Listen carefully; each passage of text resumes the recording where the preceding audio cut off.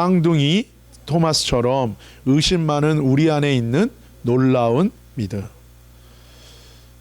우리 영상을 같이 하나 보도록 하겠습니다.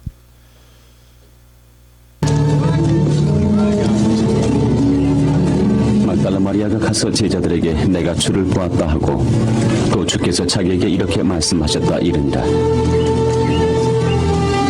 이날 곧 안식 후 첫날 저녁 때에 제자들이 유대인들을 두려워하여 모인 곳에 문들을 닫았더니 예수께서 오사 가운데 서서 이르시되 너희에게 평강이 있을지어다. 이 말씀을 하시고 손과 옆구리를 보이시니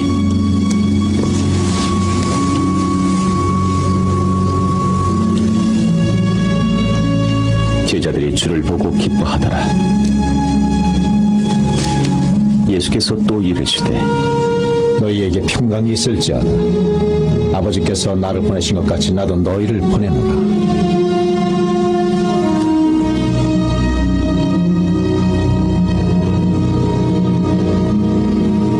그들 향하사 숨을 내쉬며 이르시되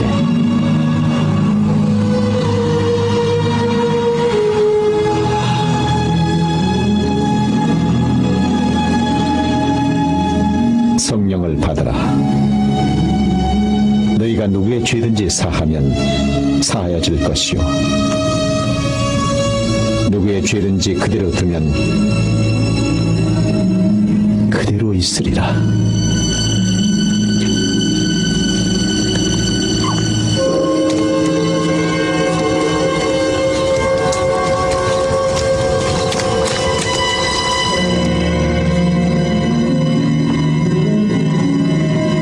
제자 중에 하나로서 디두모라 불리는 도마는 예수께서 오셨을 때 함께 있지 아니한지라.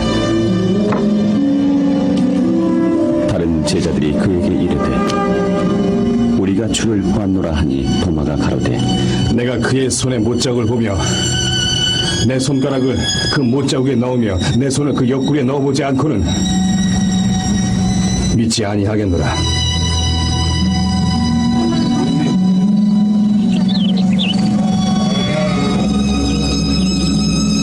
여드레를 지나서 제자들이 다시 집안에 있을 때에 도마도 함께 있고 문들이 닫혔는데 예수께서 오사 가운데 서서 이르시되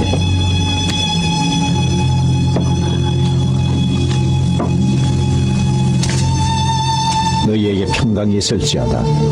네 손가락을 이리 내밀어 내 손을 보고 네 손을 내밀어 내 옆구리에 넣어보라. 믿음 없는 자가 되지 말고 믿는 자가 되라. 나의 주님이시오, 나의 하나님이십니다.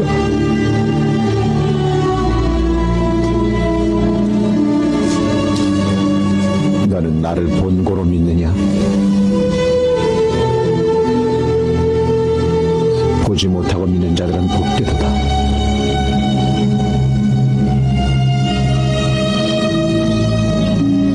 예수께서 제자들 앞에서 이 책에 기록되지 아니한 다른 표적도 많이 행하셨으나 오직 이것을 기록함은 너희로 예수께서 하나님의 아들 그리스도이심을 믿게 하려 함이요 또 너희로 믿고 그 이름을 힘입어 생명을 얻게 하려 합니다. 네, 우리 요한복음 20장 24절 말씀 우리 한글 영어로 동시에 같이 읽겠습니다. 함께 읽겠습니다. 12 제자 중에 하나로서 디두모라 불리는 도마는 예수께서 오셨을 때에 함께 있지 아니한지라. 아멘. 오늘 본문에 우리가 영상에서 본 것처럼 이 토마스라는 도마라고 그러고 토마스라는 영어로 이 사람이 나옵니다. 이 사람의 별명이 있어요. 그게 디드모라고 합니다. 이 디두모스, 헬라어로 디드모스라는데 이건 쌍둥이란 뜻이에요. 쌍둥이. 그래서 쌍둥이 디두모, 그러니까 쌍둥이 디두모스 토마스. 이 사람은 12명의 제자 중에 한 명이었습니다. 그러니까 12명의 제자 중에 한 명이었다는 것은 예수님을 따라다니는 수많은 사람들이 있었지만 그 중에서 예수님이 직접 선택하셔서 뽑았던 사람들이에요.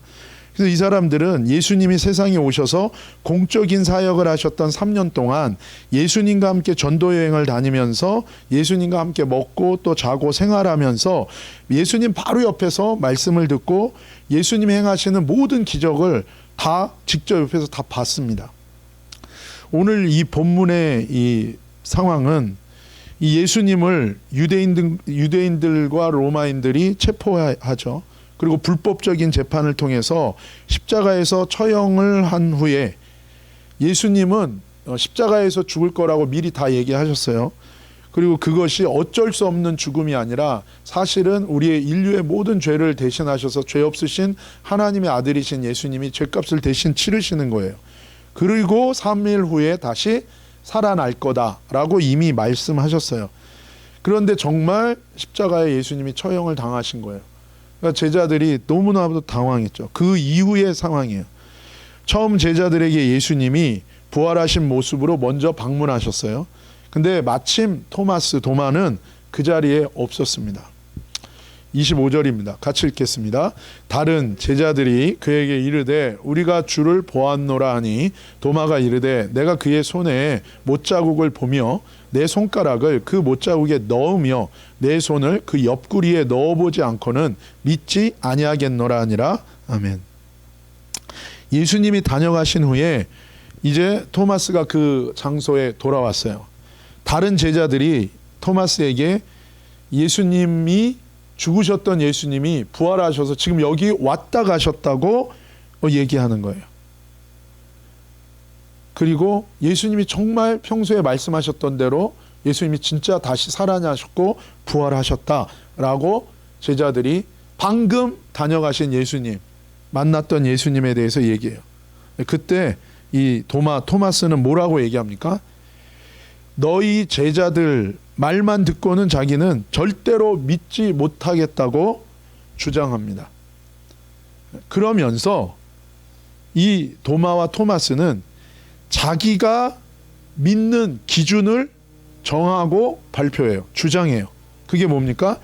십자가에 분명히 손과 발에 못이 박혀서 죽으신 그 예수님의 손에 못이 뚫린 그 자국 구멍을 자기가 확인하고, 그리고 마지막에 예수님 이 창으로 옆구리를 찔렀던 그 구멍에 자기 손가락을 넣어서 직접 확인이 되면, 그러면 예수님이 십자가에 처형당하시기 전에 미리 말씀하셨던 십자가에 죽으시고 3일 후에 다시 살아나리라는, 부활하리라는 그 말씀을 받아들이고 믿겠다고 자기의 기준과 자기의 믿음의 가이드라인을 발표하고 주장합니다. 그렇지 않으면 믿을 수 없다는 거예요. 그리고 일주일이 지나가요. 26절입니다. 함께 읽읍시다.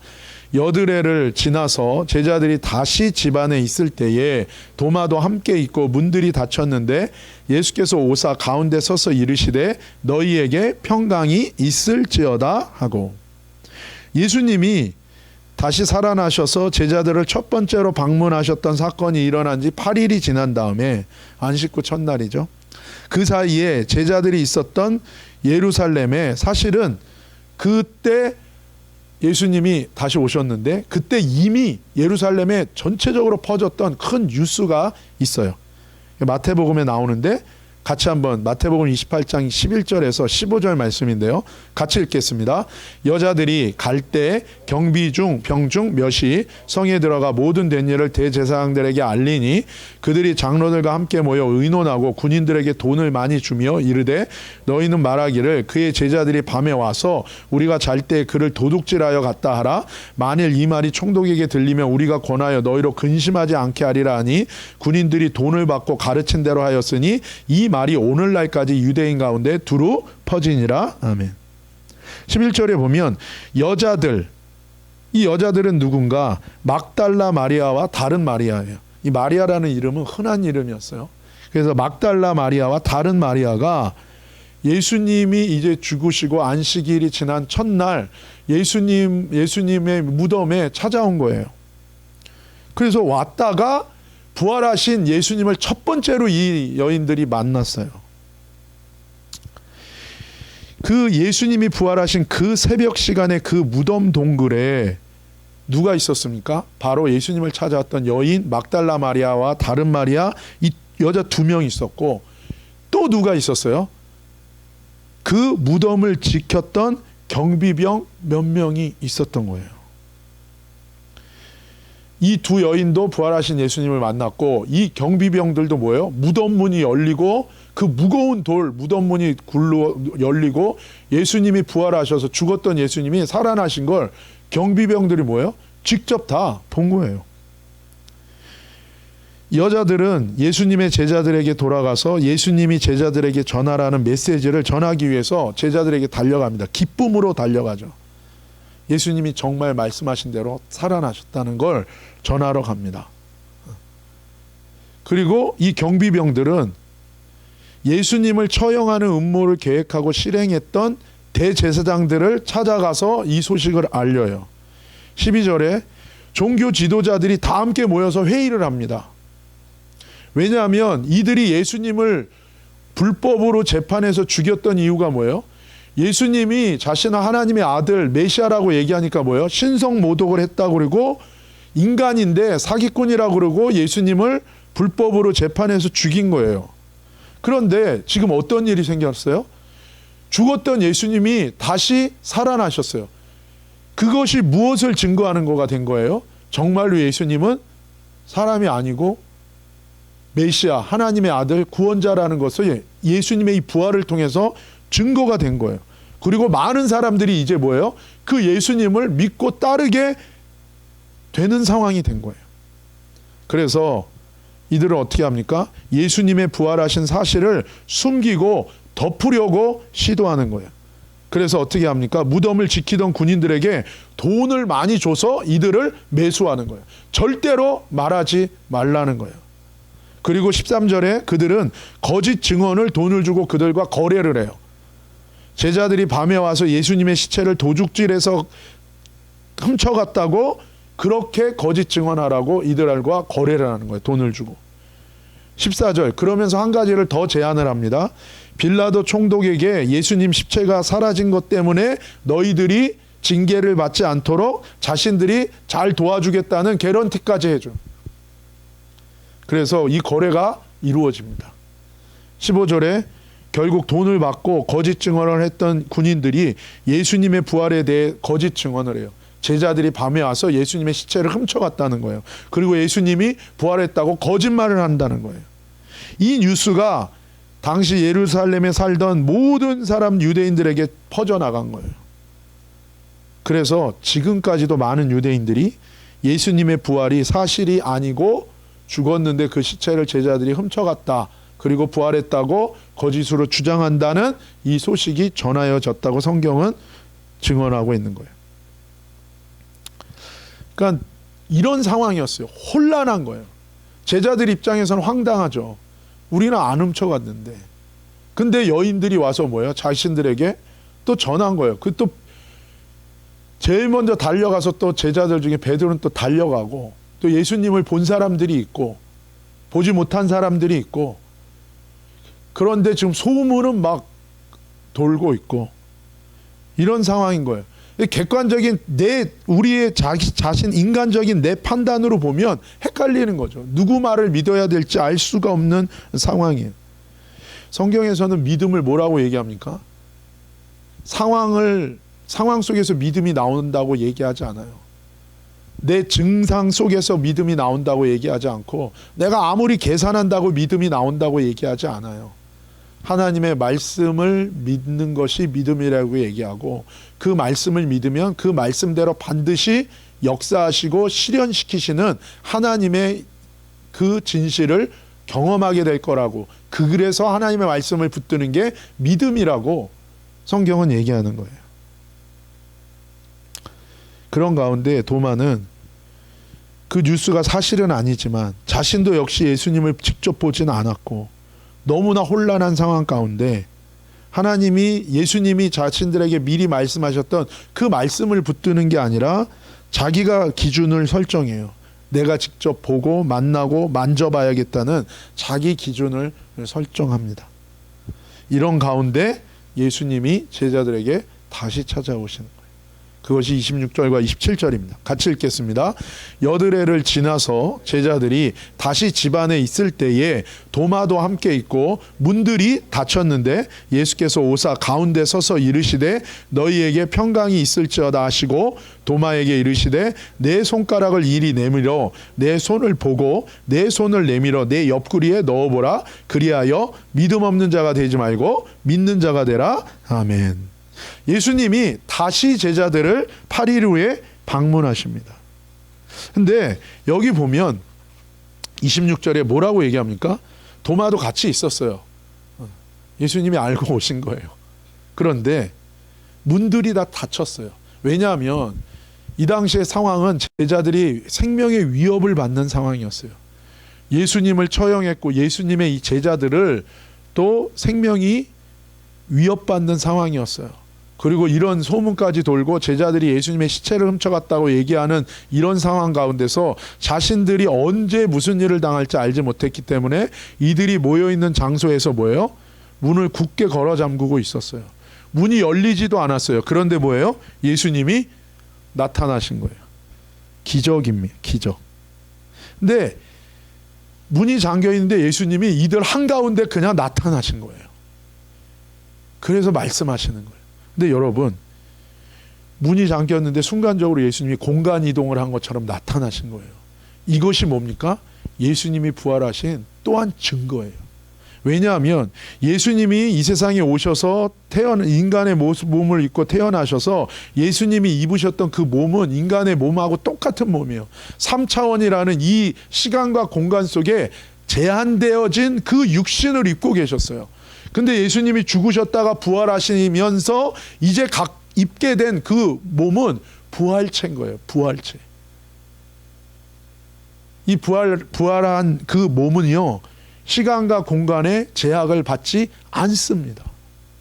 그래서 예수님 뭐예요? 굳게 잠겨진 이 방 안에 그냥 통과해서 공간 이동하듯이 들어오실 수 있었던 거예요. 이거 자체가 예수님의 부활의 증거인 거예요. 여러분, 우리가 나중에 천국에 가게 되면 그때는 우리가 이 부활체의 몸을 입고 살게 될 거예요. 그때 되면 뭐예요? 지금 뭐 여러 가지 그런 기술들 만들고 있다고 얘기하더라고요. 근데 그때 되면 진짜 영과 영이요, 서로 대화를 안 해도 서로 머릿속에 있는 생각을 커뮤니케이션 할 수 있어요. 부활체이기 때문에. 영과 몸이 온전히 합쳐진 그 부활체예요. 부활하신 증거예요. 그것만 봐도 도마는 뭐예요? 이미 마음이 다 녹아내리는 거예요. 예수님이 27절에 뭐라고 얘기하십니까? 이 토마스가 제시했던 그 기준대로 예수님이 말씀해 주세요. 못 박힌 이 손을 봐라. 그리고 뭐예요? 창에 찔려서 뚫렸던 이 구멍에 너의 이 옆구리에 네 손을 넣어보라고 얘기해요. 그러면서 예수님이 한마디를 하십니다. 뭐라고 얘기합니까? 믿음 없는 자가 되지 말고 믿는 자가 되라고 말씀하세요. 도마의 대답은 무엇입니까? 28절이에요. 같이 읽겠습니다. 도마가 대답하여 이르되 나의 주님이시오 나의 하나님이시니이다. 이 토마스는 분명하게 확실하게 자기 앞에 계신 분이 예수님임을 확인했어요. 그리고 연이어서 이제 부활하신 이 예수님이 하나님의 아들이요 하나님께서 보내리라고 약속하셨던 온 세상을 구원하고 마지막에 이 세상 가운데 하나님의 왕국을 건설하실 그 메시아 구원자이심을 분명하게 깨닫고 고백하고 있는 거예요. 나의 주, 나의 하나님이라는 거예요. 예수님은 이 토마스에게 부활의 증거를 보여주신 거예요. 그러면서 이 토마스에게 한마디를 더 하십니다. 근데 이 한마디 더 하시는 건 도마와 토마스에게만 하는 게 아니라 우리를 향해서도 하시는 말씀이에요. 그게 29절입니다. 같이 읽겠습니다. 예수께서 이르시되 너는 나를 본고로 믿느냐? 보지 못하고 믿는 자들은 복되도다 하시니라. 아멘. 예수님의 이 말씀은 앞으로 일어날 일에 대해서 말씀하신 거예요. 이제 예수님이 천국으로 가시면 누구를 보내십니까? 누가 오십니까? 성령 하나님이 오시게 됩니다. 성령 하나님은 사람들의 마음속에 영의 역사로서 믿음을 주시고 거듭나게 하시고 생명을 얻고 예수님을 따르게 하는 성령의 영적인 역사를 일으키시는 거예요. 그래서 앞으로는 예수님을 직접 육체로 이렇게 토마스처럼 만져보고 직접 육체로서 만나지 않았어도 성령 하나님이 감동하시고 그 사람 마음 가운데 믿음을 주셔서 직접 너처럼 이렇게 나를 만나지 않았는데도 나를 믿을 수 있고 믿게 되는 놀라운 기적의 역사가, 거듭남의 구원의 역사가 일어나게 될 거라고 말씀하시는 거예요. 그것이 하나님의 놀라운 축복이요 복된 역사라고 예수님이 말씀하시는 것입니다.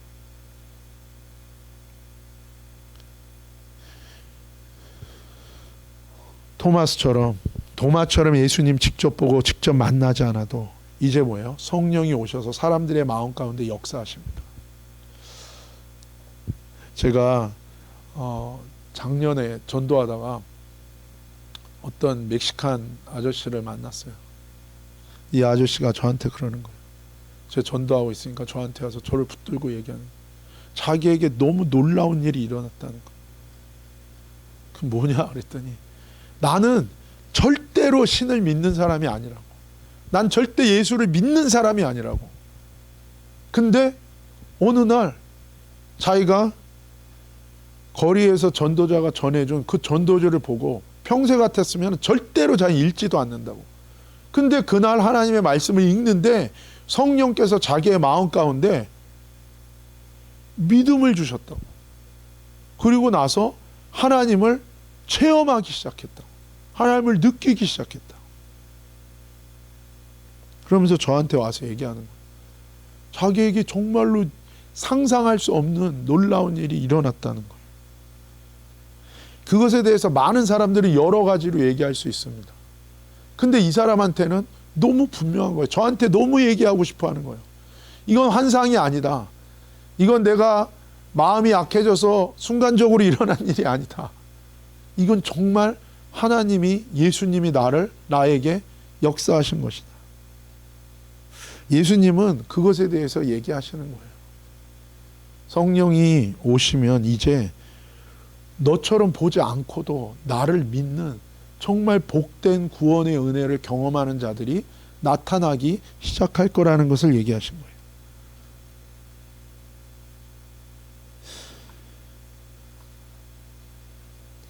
이 도마처럼 직접 예수님 만나지 않아도 성령 하나님의 역사와 기적으로 생각과 마음이 변하고 살아계신 예수님을 경험하고 만나고 놀라운 기적과 역사가 일어나게 되고 변화받는, 하나님과 사람을 사랑하는 놀라운 변화가 사람들 가운데 일어나게 된다고 얘기하는 거예요.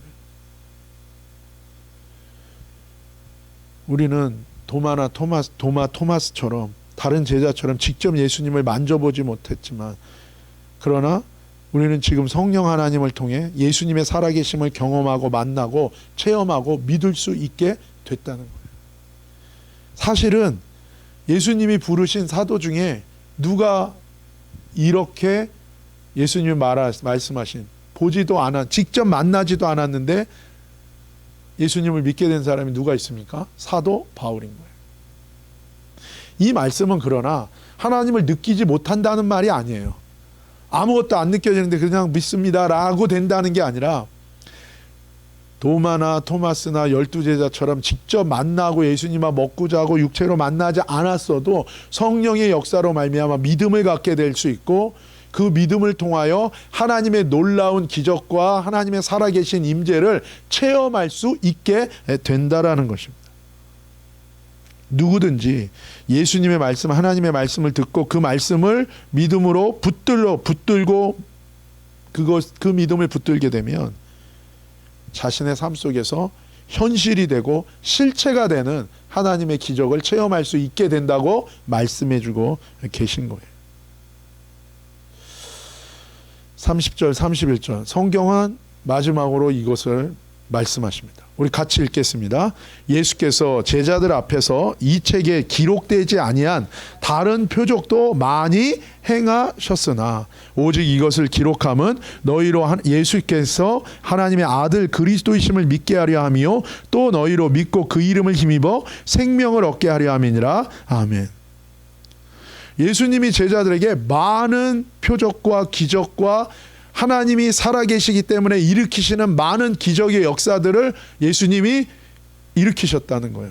그런데 그거 다 기록하지는 않고 이것만 기록했다는 거예요. 왜요? 이것을 통해서 너희가 두 가지 핵심적인 것, 중요한 것 두 가지를 너희가 딱 붙들으라는 거예요. 예수님이 하나님의 아들 그리스도라는 거예요. 하나님이 약속하시고 이 세상 가운데 우리의 모든 죄와 우리의 삶의 모든 문제를 해결하시는 구원자로 보내신 그 메시아 예수님임을 너희가 그거 붙들면 된다는 거예요. 다른 기적들 다 몰라도 된다는 거예요. 예수님이 너희의 구원자로 하나님이 보내신 바로 그분이다. 메시아다. 예수아가. 그걸 너희가 붙들면 너희 삶 가운데서도 뭐예요? 변화가 일어나고 하나님이 살아계신 놀라운 기적을 너희도 체험할 수 있게 될 거라는 거예요. 그래서 너희로 믿고 그 이름을 힘입어 생명을 얻게 하는, 하나님의 생명을 내가 받게 되면 그 생명은 빛이요 그 생명은 소망이고 진리고 그것은 능력이에요. 그래서 우리 삶 가운데 살아계신 하나님으로 인하여 내 삶 가운데 내 삶의 모든 문제와 내 삶의 모든 인생 속에서 살아계신 하나님의 구원을 체험하며 그 은혜와 축복 가운데 살아갈 수 있게 만든다는 거예요. 한번 되나 안 되나 한번 보자. 이건 하나님을 시험하는 마음이에요. 거기에는 아무 일도 일어나지 않아요.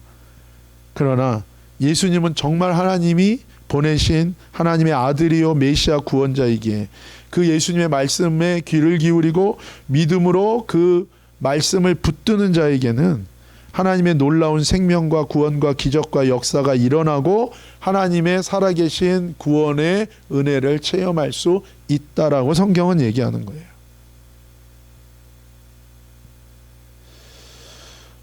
우리는 하나님의 기적과 치유와 변화와 구원을 우리 삶에서 다 받을 수 있다는 거예요. 어떻게요? 예수님의 말씀에 귀를 기울이고 우리가 그 말씀을 믿음으로 붙들 때 직접 보지 않았는데도 우리 삶 가운데 살아계신 하나님을 체험할 수 있고 경험할 수 있고 그 구원을 우리가 누릴 수 있게 된다는 거예요.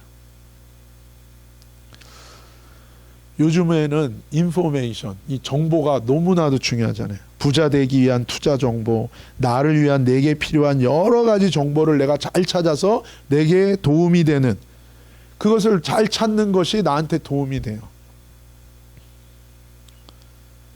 근데 여러분, 하나님께서 우리에게 오늘 예수님께서 말씀하시는 건 뭐예요?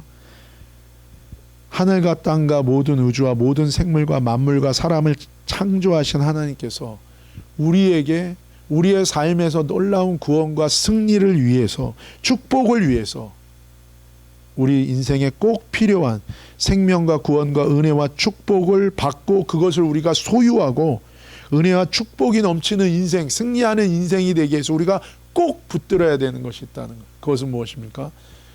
우리를 구원하기 위해 보내신 그 메시아 예수님을 우리가 믿고 붙들 때 그 은혜와 축복이 우리 삶 가운데서 경험되어질 거라는 거예요. 다른 무엇보다 우리의 구원자 되시는 이 예수님의 말씀에 귀를 기울이시고 그 말씀을 믿음으로 붙들 때 저와 여러분의 삶 속에서 하나님의 놀라운 구원을 체험하게 될 것입니다.